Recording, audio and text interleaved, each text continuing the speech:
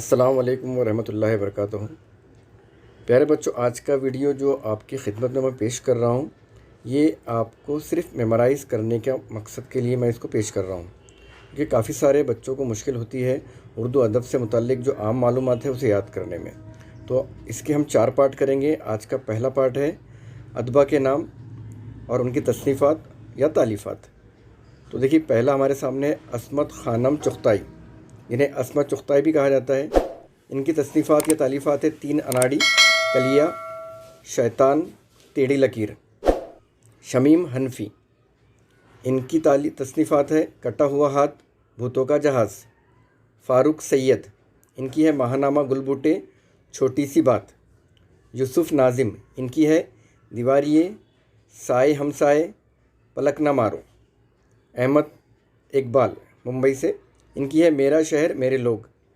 مولانا محمد حسین آزاد، ان کی ہے قصص ہند، آب حیات اور دربار اکبری۔ خواجہ احمد عباس کی تصنیفات ہے روداد مسافر، زعفران کے پھول، میں کون ہوں، گیہوں اور گلاب، نئے دھرتی نئے انسان۔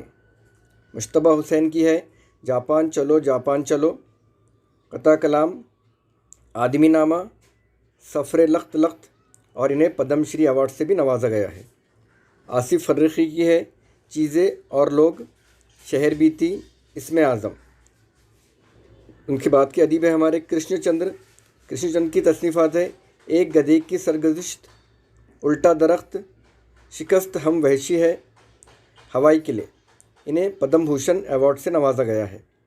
پنڈت بدری ناتھ سدرشن، ان کی ہے چندن، بہارستان، محبت کا انتقام، سدا بہار پھول۔ اس کے بعد کے ہمارے ادیب ہیں امتیاز علی تاج، ان کی تصنیفات ہے انارکلی اور چچا چھکن۔ اس کے بعد ہے مرزا اسد اللہ خان غالب کی تصنیفات ہے عود ہندی، اردو معلی۔ اس کے بعد ہے واجد تبسم، ان کی ہے آیا بسنت سکھی، شعر ممنوع، پھول کھلتے ہیں، بند دروازے۔ اس کے بعد ہے ہمارے ملک کے عظیم سائنسداں ڈاکٹر APJ عبد الکلام، جنہیں میزائل مین بھی کہا جاتا ہے۔ ان کی سب سے فیمس تصنیفات میں سے ایک ہے پرواز اور دا ونگس آف فائر۔ اس کے بعد ہے منشی پریم چند، ان کا اصلی نام تھا دھنپت رائے۔ ان کی ہے میدان عمل، گودان، سید ہوس، واردات، پریم پچپتی اور پریم بتیسی۔ اس کے بعد ہے مرزا محمد ہادی رسوا، ان کی ہے امراؤ جان ادا اور شریف زادہ۔